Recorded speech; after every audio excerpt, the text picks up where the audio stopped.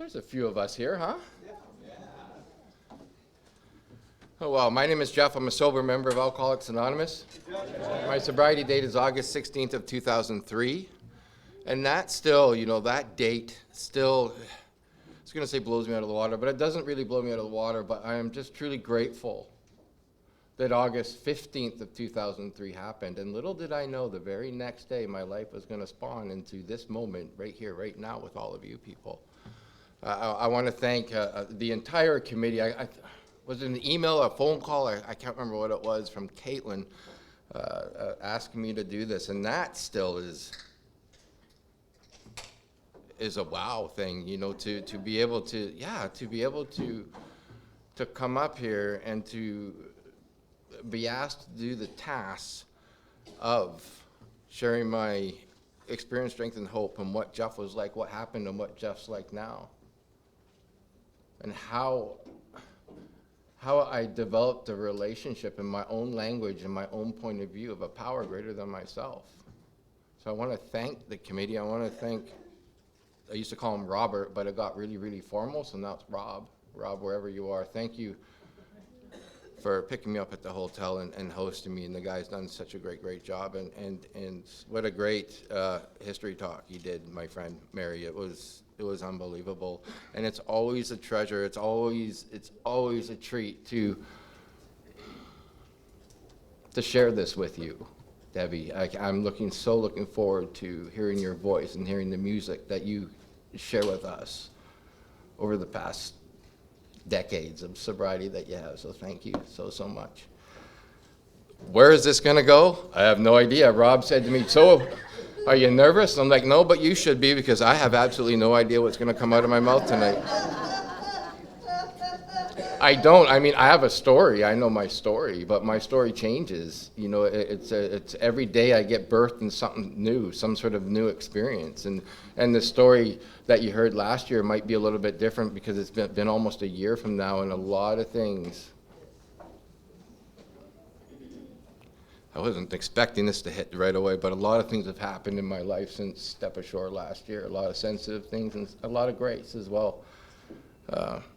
Where am I going to begin here? It's my home group is the Come to Believe group. We meet Tuesday nights at 7:30 in Richmond, British Columbia, which is why we are just south of Vancouver. And if you're ever there, please get my number, get my email, get whatever it is, and I would love to host you at my home group.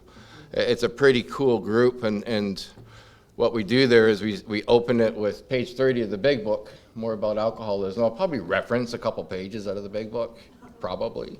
I'm gonna, because I love it. And then a group member just picks a paragraph out of the book, and we share on pretty much step one, or whatever's been read, or whatever's on your mind when it pertains to alcoholism and recovery. It's a pretty neat group. My sponsors at that group, the sensitive Mr. Marty J. I love that man so much, and we've built this beautiful, amazing friendship, sponsorship, even sponseeship relationship. That is a gift, and I really hope and pray that each one of you have a sponsor, and also are available to sponsor. Because like my friend Bill C. says, you have to give it away to even get it, and I didn't really understand that until I started to give it away, because then I really got it. So I have an hour, so if you're with me outside an AA function, or even just out there, you're gonna see me kind of in the back, kind of sort of twiddling my thumbs, not like do, but more like, okay, I'm just kind of scoping, I'm just kind of watching. I'm really quiet. I am a really quiet guy. This is how quiet I am. When Marty took his 41st year anniversary sobriety date, this was 7 years ago, I'm sitting at a restaurant with 50 people, alcoholics, celebrating Marty's cake sort of thing at this dinner, and I'm sitting in the back of the restaurant, and this is how I knew he was the perfect guy for me, because he walked by me, stopped, looked at me, and said, "Hey Jeff, how you doing there sitting in isolation all by yourself?" and then kept going. something happens to me when I share, whether it's 3 minutes, 5 minutes, 10 minutes, an hour. And I was in Montreal 2 weeks ago, and it was an hour and 20. I apologize to the whole Montreal crowd there, but that's just what happened. Something happens to me behind a podium in front of a microphone.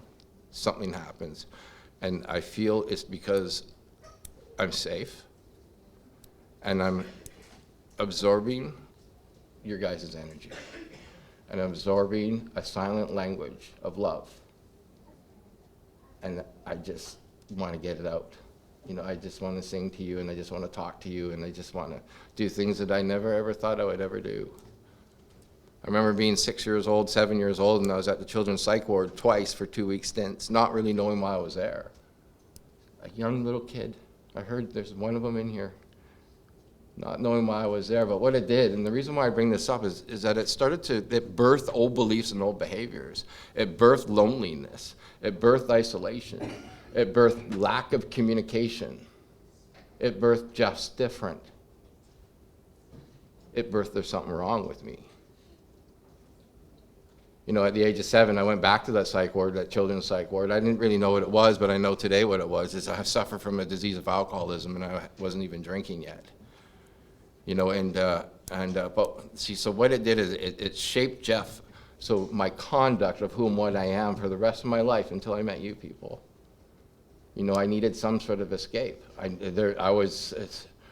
remember in junior high, so I'm going to fast forward into junior high. Okay, so up in Canada, where I'm from, is we have elementary school, so it's kindergarten, grade 7, and then we have junior high, which is grade 8 to grade 10, and then there's senior high, which is grade 11 to grade 12. So I'm fresh into grade 8. It's a week, like 5 days into grade 8, and I'm riding my bike to this massive school with like 500 people, and it's all new, and I'm just scared. I'm just alone, sort of thing, and I'm crossing the street, and I got hit by this speeding vehicle, and I did an end over my handlebars, and I fell flat on my knees on the ground.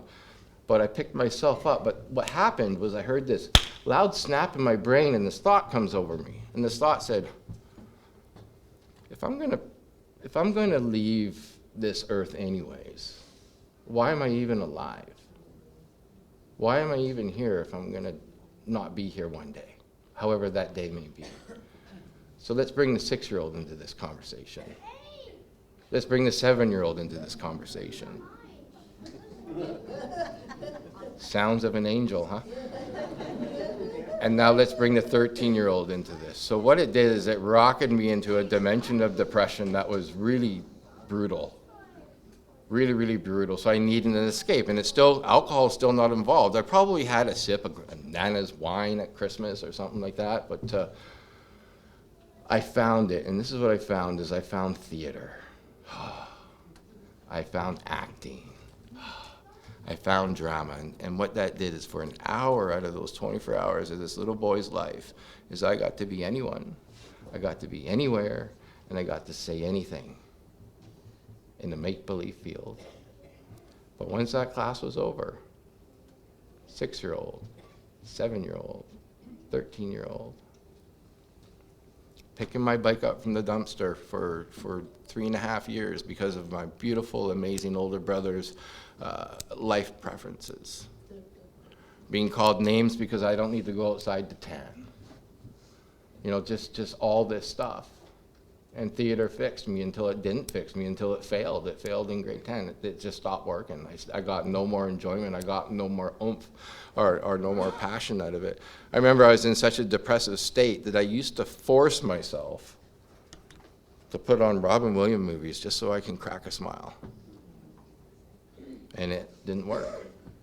It just stopped working. Everything was less than mundane.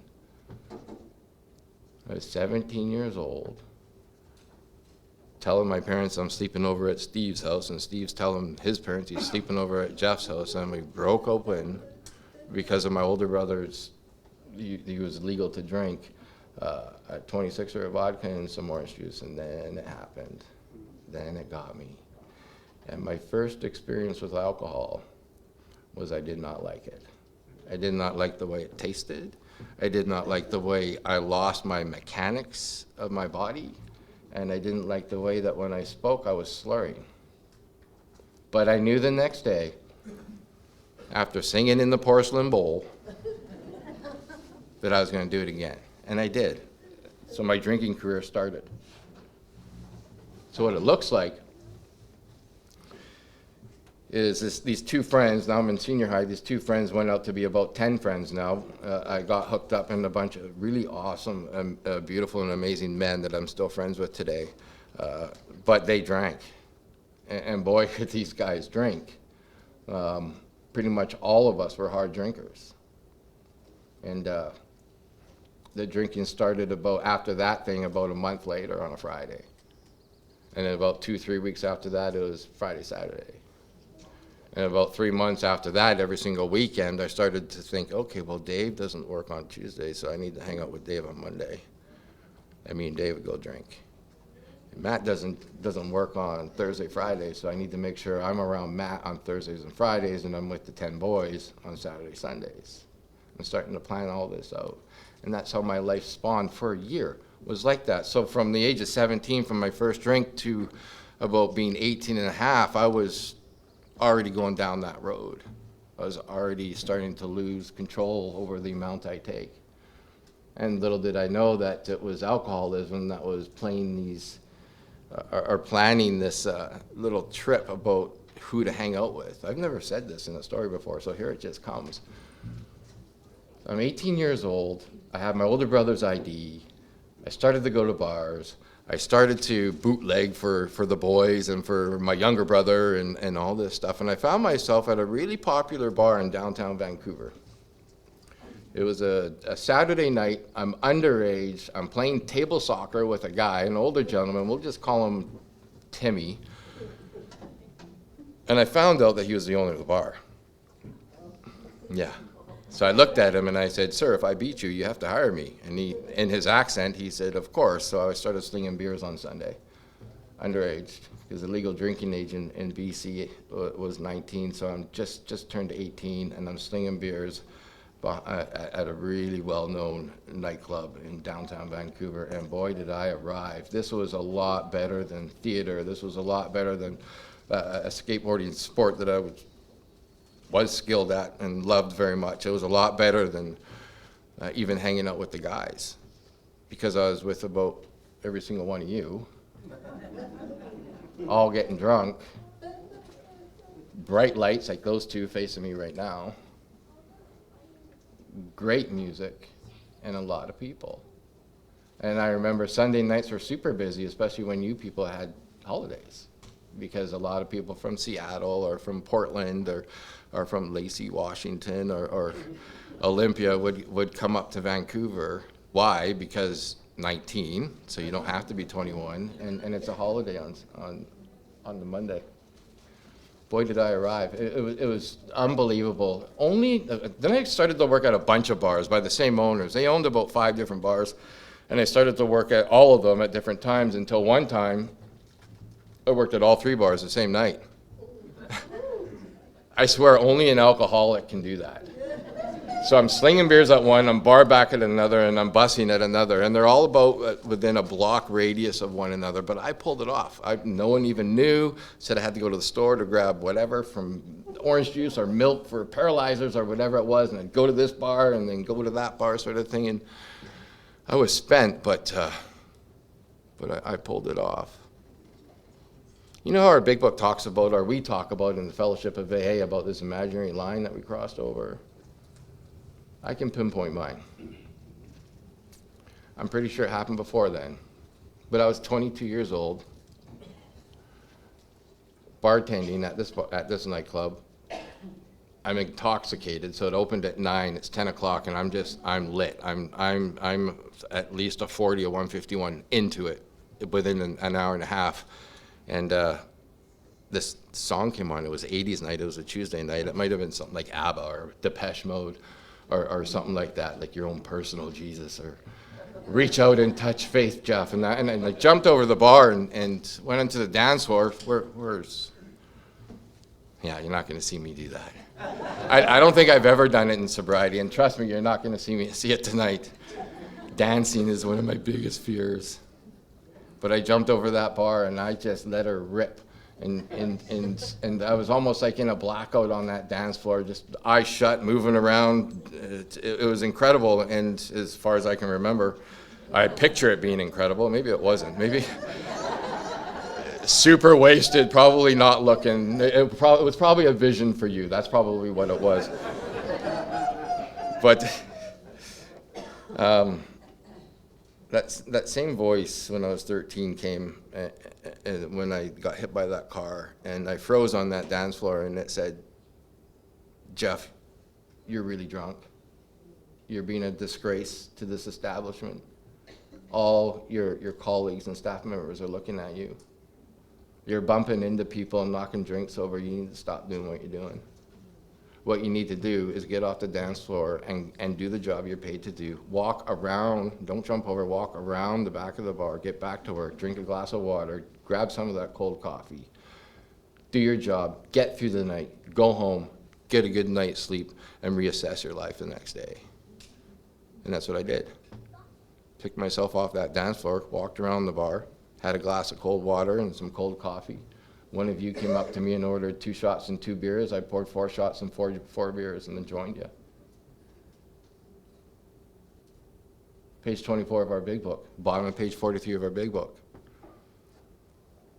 I had no mental defense against that drink, let alone the allergy was already kicking in, this phenomenon of craving and this mental obsession so what this looked like is it insanely convinced me that I could stop drinking based on self, and it didn't work. And my life started to go down from that day forward. I started to miss work, I'm starting to miss family functions, I'm starting to miss my friends. Out of those 10 friends, if you look at the percentage, we'll just call them stats, out of those 10, so all 10 are hard drinkers, like they're really, really crazy drinkers. 2 of them are alcoholics, me and another guy named Steve. See, what differentiates me from them is that they had a sufficient reason to stop or moderate. Some of them got really great jobs. Some of them started to get married. Some of them had little babies. And they're able to control and enjoy their drinking. Or they just haven't drank anymore. Sometimes when you see, oh, yeah, my partner puts saran wrap on a wine glass and puts it in the fridge and drinks it a week later, or that boggles my mind. I'm like, does it really though? If we read the big book of Alcoholics Anonymous have differentiate a real alcoholic from a non-alcoholic, it doesn't boggle my mind whatsoever. I used to throw a pitch like that out there just so I can get some laughs, but it's not that. Let's look at Marg. Marg is my mom. She's 83 years old, and she's amazing and beautiful and just the light of my life. She can watch the news today, guys and girls. It's the gift that sobriety has given her is unbelievable. But when we look at her, is she'll have half a glass of sherry, start to feel it, and put it down. Does it bog your mind? It does? Well, then let's go to the bottom of page 20 of our big book. And let's unboggle our minds, because she's a moderate drinker. She's not an alcoholic.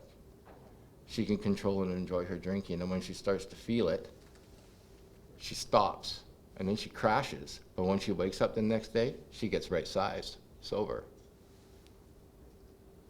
I've already talked about my 8 other friends, and then when we look at me, I start drinking, I get really annihilated, and I'm just getting right-sized. And when I stop, I crash, and there's no getting up.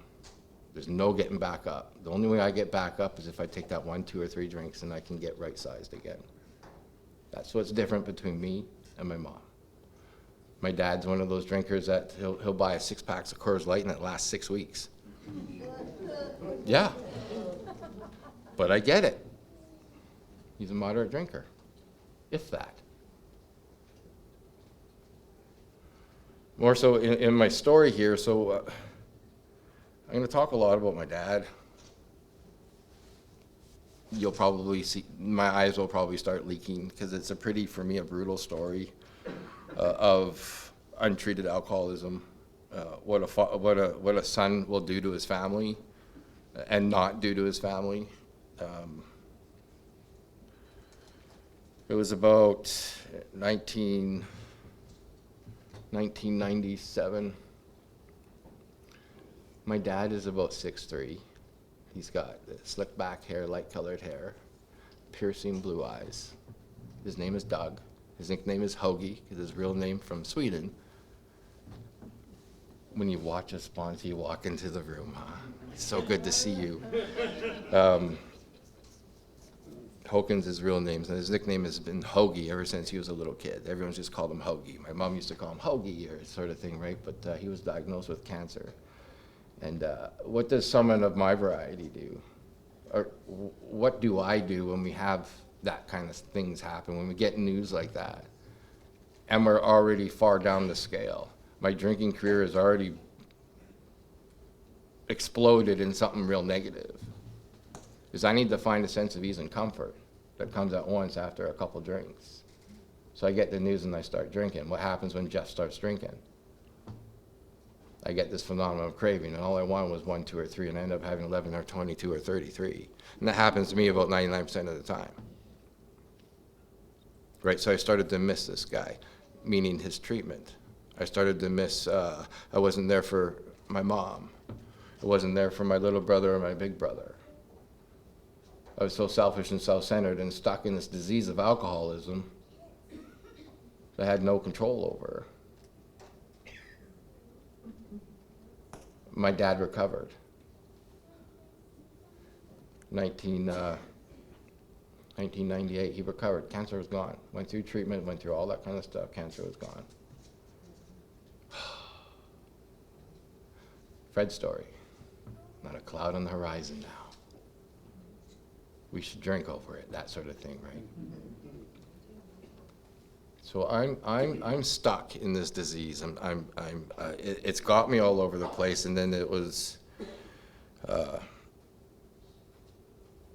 early 1999. Hoagie, my dad, got hit with cancer again. It came back, and this terminal. And when I found out it was terminal, so meanwhile, my family's having a real hard time trying to find me. I'm MIA, you know. I'm geographical, but not looking for a cure. I'm just gone. I'm nowhere to be seen, physically, mentally, emotionally, spiritually, all that kind of stuff. And so once again, I wasn't there for my family. I wasn't there for myself. I wasn't there for my dad's family or my mom's family or my brothers or nothing. And I'm starting to, you know, not shave or shower for a few weeks at a time, and I'm starting to hang around with people I shouldn't be hanging around with and doing things that I probably shouldn't be doing. And towards the end of 1999, Hoagie, I love saying that name today, he's in palliative care at St. Paul's Hospital, downtown Vancouver. He's not coming home. But he had a wish, and that one wish was that if he could bring a doctor to the house, and so he could spend the weekend with his wife, my mom, and his 3 boys. That's all he wanted. My dad's about 110 pounds, hunched over at about 5'7", no hair, and has no eye color. Exactly opposite from how I described him earlier to you people. And somehow my brothers found me. Somehow they got a hold of me and said, Dad's coming home. He wants to see you. He wants to be around us.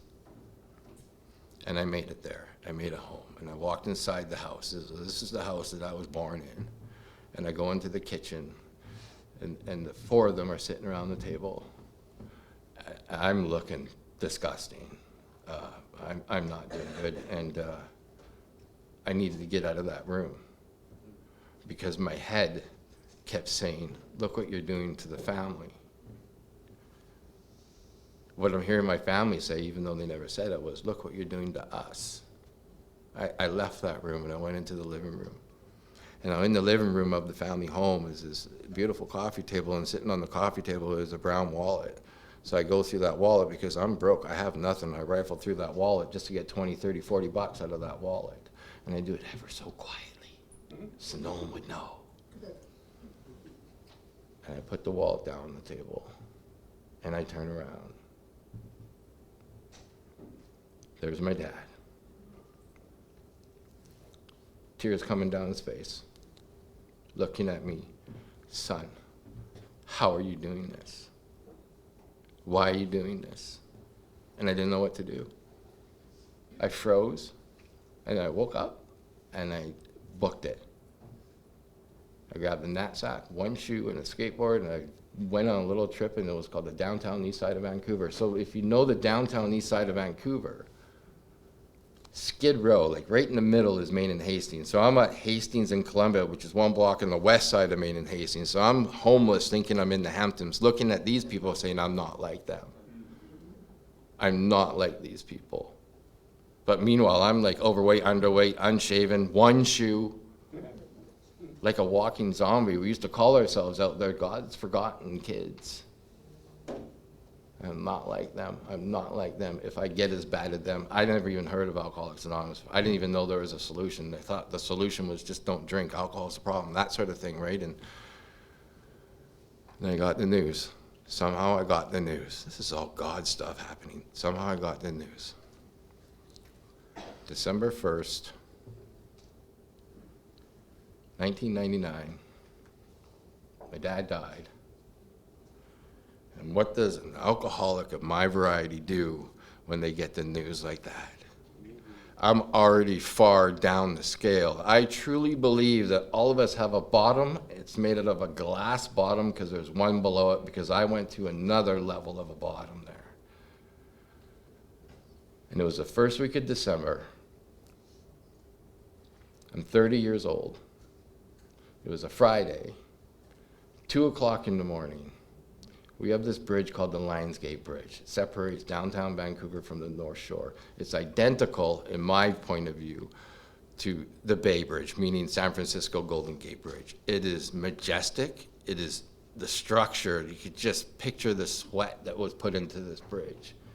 It's got two massive lions sitting on either side of that bridge. It's a strong bridge. I'm standing in the middle of that bridge wondering how warm the water is, and on low tide, if you jump off that bridge, you don't live. So I'm sitting there ready. And I don't know how I got off that bridge until I met you people. And I'm gonna jump into some spiritual stuff right now. I found myself an hour out of town at my little brother's house. I don't know how I got there.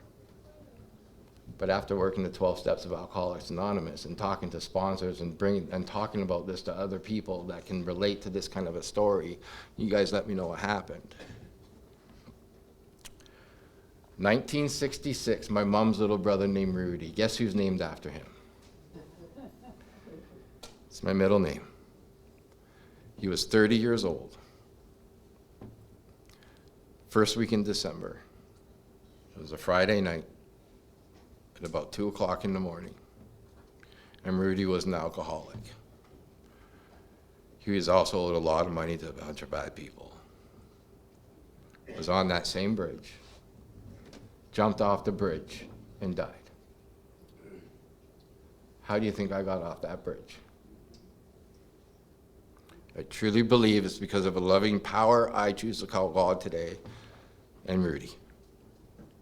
Jeff, you don't have to do this. Jeff, you don't have to end up like me.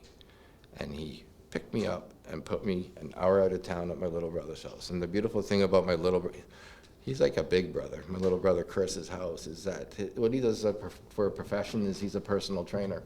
I'm getting sober here, guys. Like quickly. And what that profession does, it's like being a hairdresser or a barber or even a bartender, is that we just talk about nothing. So he was training this guy named Corey W., and I use W for a reason, about his brother Jeff. And then Corey said, if you ever find him, bring him to me. Now Corey W. is the director of a treatment facility. I'm a real strong believer and advocate of bridging the gap of what we have here to institutions. bridge that gap, because I also know that treatment centers are a business and it's not AA. It's not. But anyways, December 24th of 2003, or 2002, I found myself inside a treatment center, Christmas Eve. It was the best Christmas Eve I've ever had in my entire life, besides 3 of them, and those 3 are Jeffrey, Oliver, and Hazel. Yeah, the little ones. Oh my God. Jeff, I didn't name them, that would have been ego, someone else named them. So, but anyways. The reason why it was the best Christmas Eve, because I opened up that door to 50 men that were suffering from a spiritual malady just like me. Different kind of fellowship, different kind of addictions, whatever it may be, but we all suffered from a spiritual malady. And inside that treatment center, my word was good.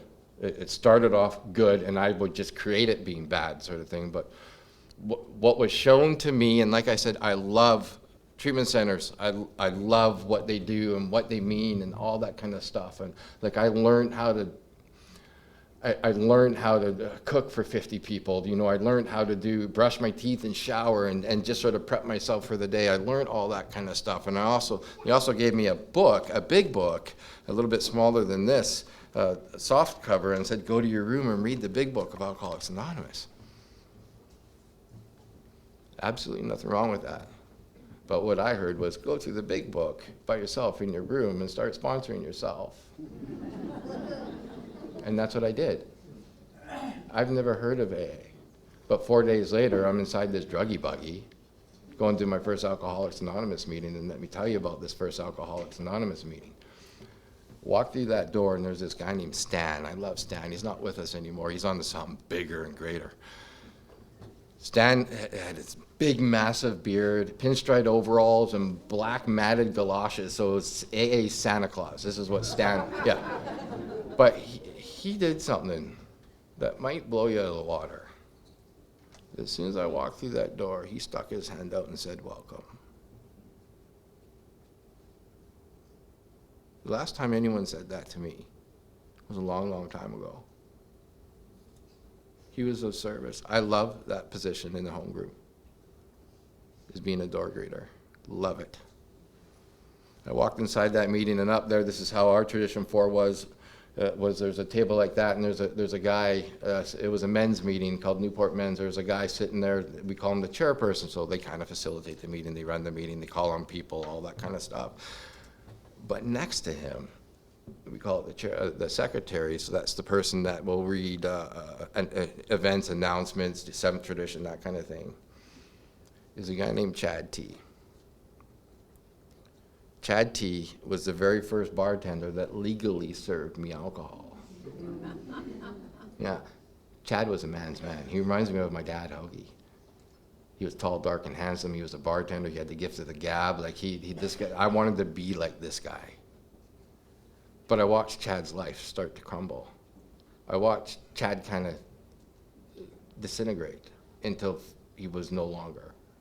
And he went down whatever journey he had to go down to hit a bottom sufficient enough for him to be chairing our secretary in a meeting with 2.5 years sober. So that's my first experience with you people. I didn't get anything out of the meeting because it was a Scottish meeting. They all had these incredible accents, and I couldn't understand anything they said. Yeah, I didn't get it. I didn't hear it. But I remember Stan. I'll never forget Stan and Chad. Me and him still talk today. Me and him are still a sober member of Alcoholics Anonymous. But that's my first experience with you people. So I was sponsoring myself, reading the big book, not really understanding anything, answering these questions. It was a different kind of series. I forget what kind of series it was. But all I did was answer the question. And Freddie, my bunkmate, I would cheat and, okay, I missed this. And I'd copy what he would write down. Absolutely no effort. Not even half measures in this, but I thought I was doing what I was supposed to be doing in AA or whatever it is, and it was middle of March of 2003, a drink looked good, and I took it. But because I suffer from the disease of alcoholism, I have 1, 2, or 3, and Jeff has 11, 22, or 33. And this took me on a real bad bottom. This bottom was a little different. There's no bridges. There's no death. It was more of an emotional bottom. I saw it coming. I saw it. I saw the 6-year-old, I saw the 7-year-old, I saw the 13-year-old, I saw my dad, I saw the bridge, I saw the homelessness, I saw the can't stop drinking, I just want to stop drinking. I knew I couldn't blame it on the chicken the night before. I saw it coming at me, and it was coming at me fast. But I knew what I needed to do. Phone that treatment center. So I phoned that treatment center. It was August 15th. My sponsor, Marty, says if he knew that his last drink was what it was, he would have had something he would have enjoyed. That's like me. Mine was two beers. That was my last drink, sort of thing. And that was August 15th of 2003, and I phoned that treatment center, and I think a newcomer answered the phone because they said, you should have got it the first time, and hung up. And I love our institutions. Don't let me get that wrong, okay? There's absolutely nothing wrong with them, right? But I had Corey's cell phone, and he got me on the couch the next day, and I knew what I needed to do. I learned how to brush my teeth. I learned how to do this. I learned how to read this book and all that kind of stuff, but I needed to see Stan. I needed to see Chad. I needed to see you people. I needed to understand the Scottish language, even though it's in English. And I sat down and listened, and I knew I needed to sink my teeth in, and I started to get well. And I got some guy to sponsor me. He sponsored me whatever way he did. Is there a wrong way? Maybe. Is there a right way? Maybe. I don't know what it is, but Jeff, are you an alcoholic? Yeah. Okay. Do you believe in a power greater than yourself? Yeah, there's something slicker and quicker than me out there. Okay, get on your knees and pray. Now I was in step 4. That fast.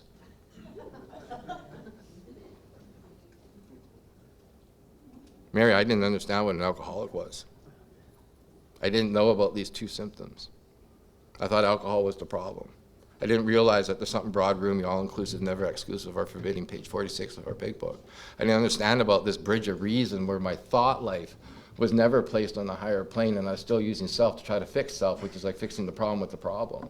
I had no idea about the root of my problem. I didn't think I was selfish or self-centered, full of fear, self-delusion, self-pity, all that kind of stuff. And I got on my knees and I prayed to a God that I didn't even think was around. And I started to do an inventory. My first inventory was, if we get into step 4, Hoagie. Why? Because he didn't hug me enough. He didn't talk. My dad's super quiet. He's like me. He's quiet. And I got to be a part of my good friend, Charlie P. I miss that guy so much. Part of the Entirely Different Angle Club. And I got to see my dad in a different way. You know, in step 8 came, there's Dad's name on there, that I need to make amends. How do you make amends to someone that's not around? How do you make amends to someone that's died? Direct amends. It talks about it in our big book in step 9. Write a letter.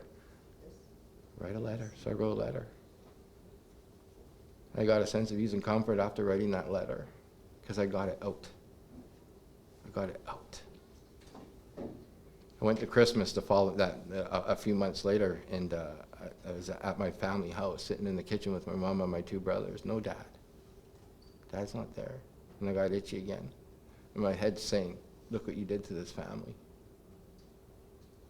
Look what you did to yourself. Word, remorse, more of a reflection, and then I was riding the 4 horsemen. I wasn't free. More needed to be done. My second time through, step 4, Dad's on the list.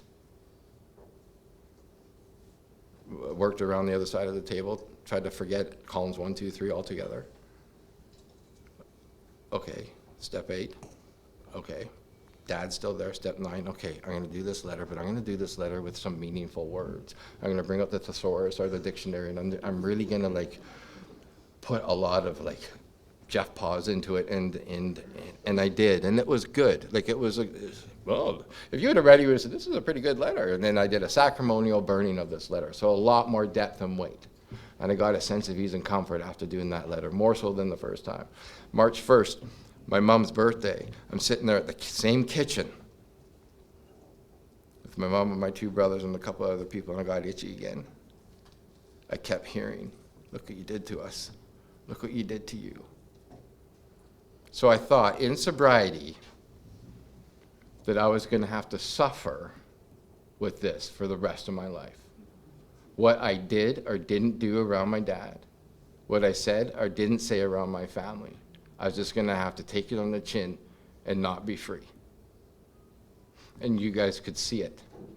That this guy who had a good 2-minute little pitch with a little bit of knowledge out of this big book that's sitting at the back of the room, that my buddy James L., he's a son of a gun, if you can put those two together, would say in Florida, that the back of the room, we call it the shoe section. And I'm like, James, why do you call it that? He goes, that's where the slippers, loafers, and sneakers and runners hang out.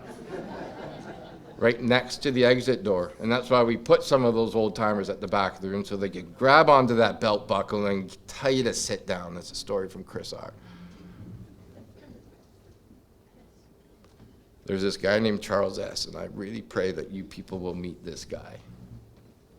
This is what he did. He saw me in the back of the room, faking it, smiling, but I'm dying in AA. I'm 7 years sober. So in the meantime, page 112 of the 12, or page 119 of the 12 and 12 comes into play. What's on page 119 of the 12 and 12, Jeff? It's when boy meets girl on AA campus. And this female on campus, her name was Brandy, so this alcoholic, had to be involved with someone named after alcohol. But anyways, that's where the Jeffrey, Oliver, and Hazel come into play. She's the mother of my babies. We're not together, but she's just an amazing woman. He comes to the back of the room and he introduced himself, Jeff. My name is Charles. And I said, Charles, I know who you are. I knew it was coming. He could see me. And I'm going to let this guy in. And he said these words to me. 7 years of sobriety, guys. 7 years sober, suffering in the rooms of Alcoholics Anonymous and outside of the rooms of Alcoholics Anonymous. And I'm not going to let you know. I'm not going to tell you people. Are you willing to come to my house next Monday, bring a big book, and allow me to take you through the 12 steps of Alcoholics Anonymous? Yes, and I did. And I met with this man, and we got real deep. He let me know about step 1. He let me know about all 12 steps. We dove into the 12 and 12 or 6 and 7. Why? 14 lines in the big book, that's it. But trust me, those 14 lines are never ending. 6 and 7 are, I don't think that you can talk enough about step 6 and 7. And I had a massive spiritual experience with this man sitting across his kitchen table. We got to step 4, Dad's on the list. We get into the other side of the table and he said, okay, let's look at this, Jeff. So your dad, so when he grew up in the 40s and 50s, it was the man that was supposed to work and the mom's supposed to stay home and look after the kids. That's kind of his mentality, his beliefs. That's what they did. And I'm like, yeah, okay. And he did a good job. He was a suit and tie guy that went all the way from Richmond to downtown Vancouver to work 5 days a week. He showed up, brought home a paycheck, brought home gifts and stuff for the kids and all that kind of stuff. I'm like, yeah. And he goes, so in the early 80s when the recession hit and he lost that job to someone that's fresh out of university, that he was working at for 40 years. And it's in the middle of a recession and you had to rely on your mom's line of work, which is a beautiful daycare. But your finances now started to struggle. Yet your dad still showed up. Can you picture what your dad's going through right now? I'm like, yeah. He goes, and didn't he get a job as a real estate agent and pass that exam with 100% without studying? I'm like, yeah. And he goes, but didn't you tell me that your dad's real quiet? And your dad's one of the honest people that you know? And he's a salesman. I'm like, yeah. He had a hard time selling houses because he saw the deficiencies and would not sell you that house. He was so honest. And didn't your dad finally get a job at an assembly line making minimum wage until he got his cancer? I'm like, yeah. He goes, your dad did the best he could. What's a good memory of your dad? And I'm like, I remember in grade 2, I'm sitting there playing soccer. Outside in the pouring rain, and there's Hoagie with his rain jacket on watching his little boy play soccer. Wow, it changed everything. Jeff, where are you to blame in this? The 4th column got depth and weight. Then we moved over to the 8th column. I'm like, Charles, I've done this already. I'm stuck here. Like, there's nothing I can do. And this is what he said to me, and I didn't know you could do this in A. He goes, Jeff, are you using the first 8 proposals in this 9th step? What? What are you talking about? I didn't know. So he brought in steps 1 through 8 into this 9th step and then brought me to page, 80 of the big book. There's an equation at the top of the page 80 of the big book that we're supposed to do in the 9th step amends. And in the first part it says, get consent. How do you get consent from Hoagie? How do you get consent from my dad? How do you get consent from a man that's not here anymore? Then the second part says, talk to someone. So I'm talking to him. I'm talking to Charles about this. And he's kind of letting me answer my own thing, book-based own thing sort of thing. And in the most important part, it says, go to God. He said, let's go to God.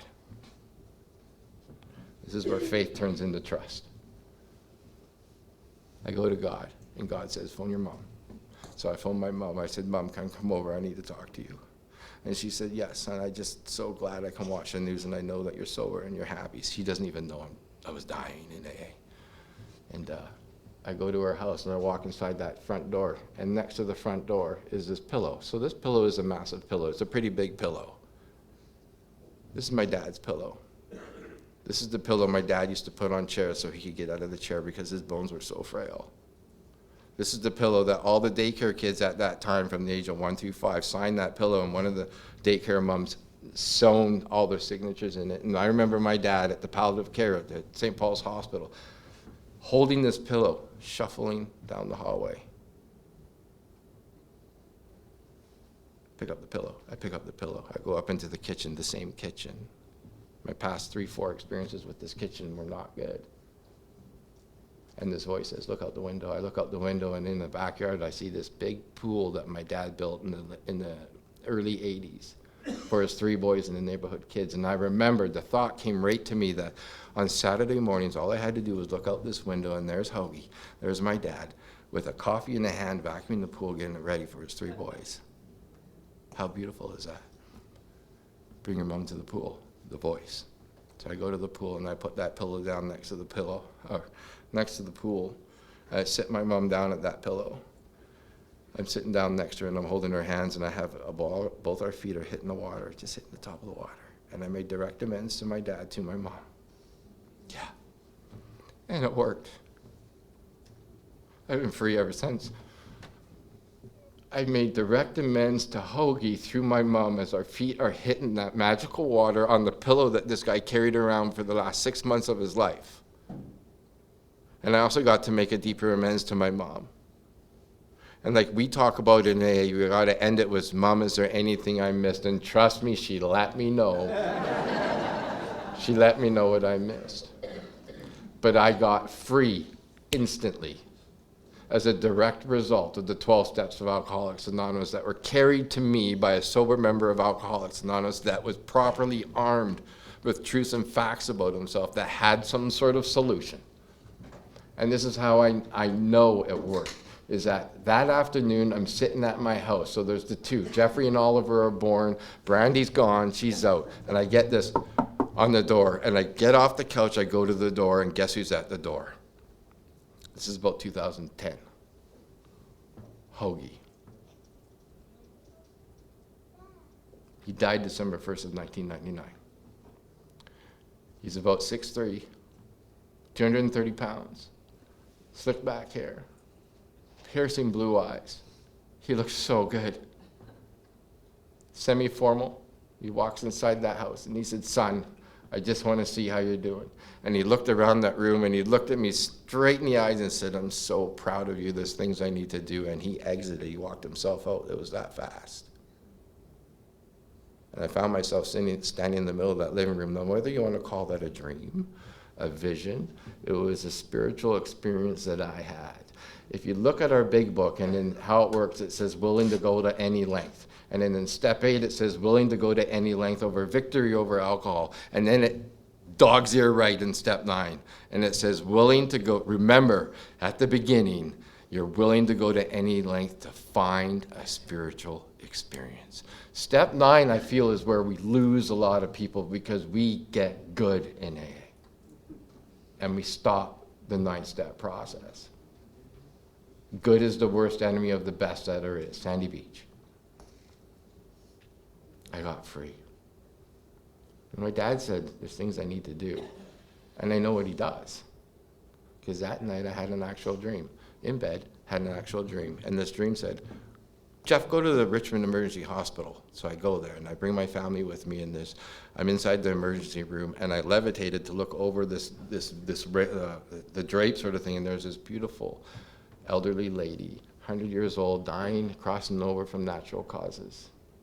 She's smiling. She's just about to cross over and enter a new beginning.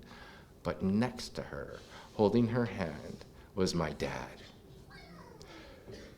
She took her last breath. He looked up at me and he disappeared. This is what my dad does today. Oh, there's more. Have you ever met my sponsor, Marty? He talks about a guy named Shrek, Dwayne. Dwayne's the guy that pulled up in Saskatchewan on February 8th, 1976, in a Robin's Egg Blue Ford LTD in his driveway and 12-stepped him. And Marty's been sober ever since. Dwayne, Shrek, passed away a few years ago with 54 years of sobriety. So I'm sitting in my office at work when I got the news. And this is what I did. God, Marty just lost a good friend of his, someone that he looks up to. And I got to meet this guy at a conference called Blending of Time. And please guide Marty into whatever state of how he needs to grieve this. Allow him to do it. Give him his feelings. Give him whatever it is. And let's just love this guy. Thank you so much, God. And let me know how I can be of service. Let me know how I can be of service. And I ended the prayer. Then I turned to the right. And I said, Dad, I know what you do. You're going to meet a guy named Dwayne. Please have your hand stretched out and welcome when he comes up there. I ended that prayer. Instant craving for coffee. So I'm sitting in my office. This is all done now. Starbucks down the road. I get into my truck and I drive out of the parking lot of my office and I turn left and I got cut off by a gray Cadillac. So I slammed on our brakes. So what do we do after we catch our breath from fear? Is I took down the license plate number. Guess what the license plate was? Hoagie. He heard me. Son, I heard you. This has happened about 3 or 4 times. I was doing a talk at Rule 62 in Portland. And Oliver, my middle boy, he's anaphylactic allergies. He's allergic to tree nuts, peanuts, figs, and fish. So I'm sitting with my friend there, and let's binge because I can't eat anything normal, sort of thing. And Ollie's not here, so I Google a restaurant, and Siri, they're like, I don't know, I'm recalculating. Kept recalculating, and finally I'm getting a little bit disturbed. And I'm at a red light, and my friend says, you're right where you're supposed to be. I'm like, what are you talking about? She goes, look at the street name. Hoken Avenue. He keeps showing up. My relationship with my father today is the best it's ever been. It's a truth, like he's all over the place.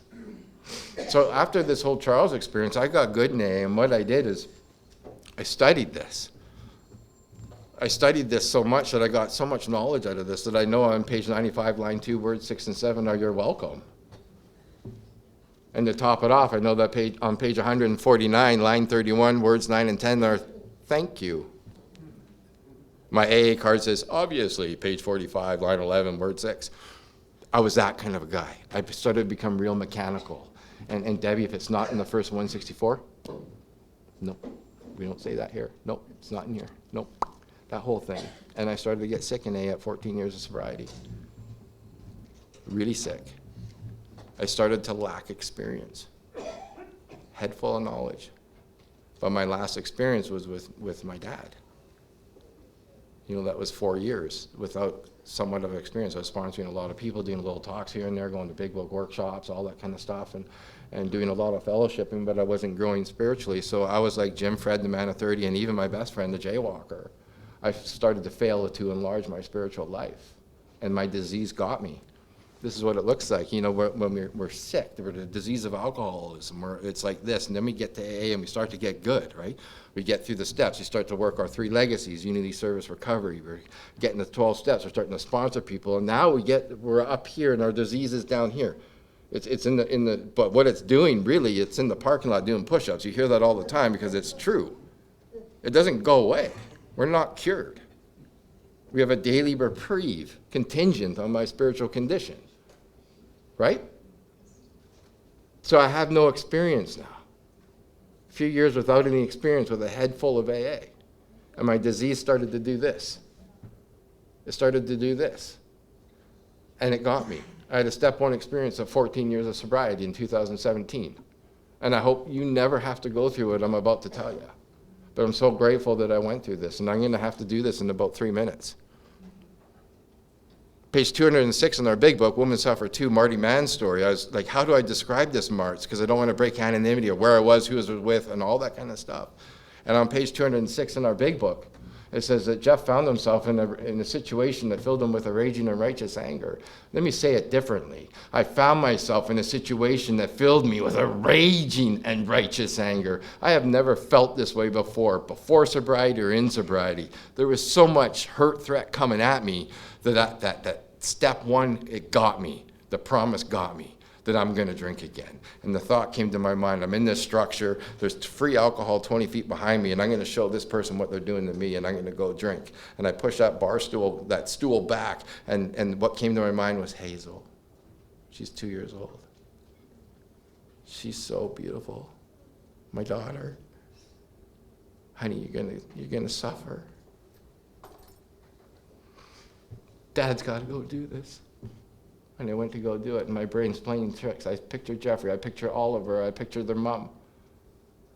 And I'm like 10 feet away from all this free alcohol, and my brain's still going, and it says, it's Friday, just go back to your home group on Monday. Do this for 2 nights. Really? You guys have heard partially my story. It's not going to happen. I found myself 20 feet past the free alcohol inside a bathroom, looking at myself in the mirror. And as soon as my eyes locked my eyes, I woke up in a cold sweat, and I was shaking all over the place. And then the voice came, Jeff, you can go do that, or you can come find me. You guys would have heard it if you were in that bathroom. I got home and I white-knuckled it that night. On the bottom of page 43, it says, except in a few rare occasions. I don't even think there isn't a rare occasion, because I'm safe and protected by God if I can just see it and let him in. So God kept me sober that night until I found myself in an AA roundup the next day, and this is how I showed up. Big book tucked under my arm, and I'm not going to let you people in, self-familiar. And I'm sitting down at this table, and it's a round table like there with no reserve signs or nothing on there. I'm just sitting there not letting you people in, but I knew I needed to be here because I'm dying. I almost died the night before. And this guy in a suit man number 1 named Tim W. from Portland, Oregon, comes and sits down, and we start chatting about nothing, chatting about something. We're just shooting the gap, that sort of thing. And the next guy comes in, my sponsor today, Mr. Marty J. He knows Tim. They start talking. They bring me into this conversation, but I'm stuck in self and isolation. I'm not participating, but I'm listening. And another guy comes in. He's wearing a suit. 3 men in a suit. I'm like, what's going on here? His name is Lyle P. He wrote Grounded in the big book. They kind of know all, the 3 know each other. Now, there's no heavy hitters in AA, but trust me, there are heavy hitters in AA. There are. Tim goes up there and does a talk. Great talk. Can relate to a lot of the emotional parts of this talk. He sits down, the chairperson, Jenny P., God rest her soul, she goes up there and says, we have a treat, a local for you. Mr. Marty J. is going to talk on step 6 and 7. I'm sitting there. He's wearing a suit and tie. He pushes his chair out. I almost drank the night before. And I grab onto his suit jacket. And I say, how are you going to do this? It's only 14 lines in the big book. To someone with 41 years of sobriety. He got up there and introduced himself. My name is Marty J. I'm a sober member of Alcoholics Anonymous. And this guy just came up to me and asked me how I'm going to do this. And he looked at me and he said, watch. And if that convention wasn't over, he wouldn't even be in step 7 yet. I missed so much stuff. He sat down and loud, his blue sky grounded story, he did that, and something shifted in me. And Marty started sponsoring me. And he said these words to me, and I'm going to end it here. He said, Jeff, I'd rather sponsor a newcomer than you.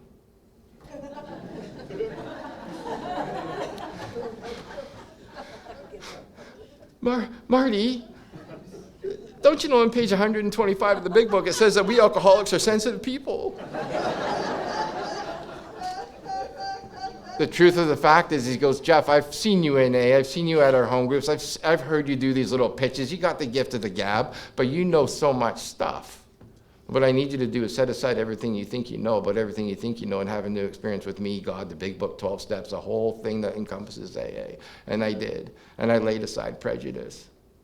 And I had a brand new experience, an emotional sobriety experience with this man that I'm truly, truly grateful. A year later, at 15 years sober, now I'm armed with the truth and facts about myself with a different solution from Mr. Marty J. That same instant happened to me at 14 years sober. The same thing, same place, same person, same everything. But I went to 6. I'm willing to be willing. The threat's still coming at me. Physically, it's coming at me. The voice is still coming at me. I'm willing to be willing. It's still coming at me. Nothing's changing. I'm starting to get afraid. I'm starting to get a little bit fearful. I'm ready to show my knuckles. Put my guard up. Willing to be willing, nothing happened, and it dawned on me, Jeff, go to 7, go to 7, go to 7. God, show me what you want me to do. Tell this person you love them. And I said, buddy, I love you, and this is what happened. He stepped back, and he started to cry, and he said, Jeff, I don't know how to stop drinking. I don't even know if I want to stop drinking. And he left and did what he did. And I got to sit down on a chair with no worry, remorse, more reflection of 4 horsemen and what I could have done, didn't do, all that kind of stuff. And I was free. And more trust was birthed in this power. This design for living. One of my friends, his name is Jim C. He's not in a 12-step fellowship, but he's a real funny guy. He said this, Jeff, how far back do you have to go to find glory? What a great question. Thank God we have how it works at our meetings. May you find him now, and if you missed it, thank God we have step 11 on awakening. And if you missed that, I offer for your consideration to talk to someone. Let's go through the 12 steps backwards. In other words, have I, am I, or did I? Backwards. When trouble comes, cheerfully capitalize on it so that we can let God demonstrate his power, 133 of the big book. Well, how do you do that? With the proper attitude found on page 55. Here's the thumper in me. Lay aside prejudice, and when you lay aside prejudice, something happens with our brain, where our brain becomes silent because I don't know anything. And what happens is a channel opens from my heart. It's almost like a broad highway from my heart to the brain. And this is where the language of the heart comes into play. And now it enables me to think honestly. And now I get to search diligently within myself so I can be of service to whatever's coming at me. And the bottom of page 19 happens about real tolerance. And I get to have respect for their viewpoints, respect for their opinions, a respect for their shortcomings. And how can I serve thee? What a change. I fall in love with the 6-year-old, the 7-year-old, the 13-year-old. They are alive and well in my life, and they're allowed to play. Thank you so much.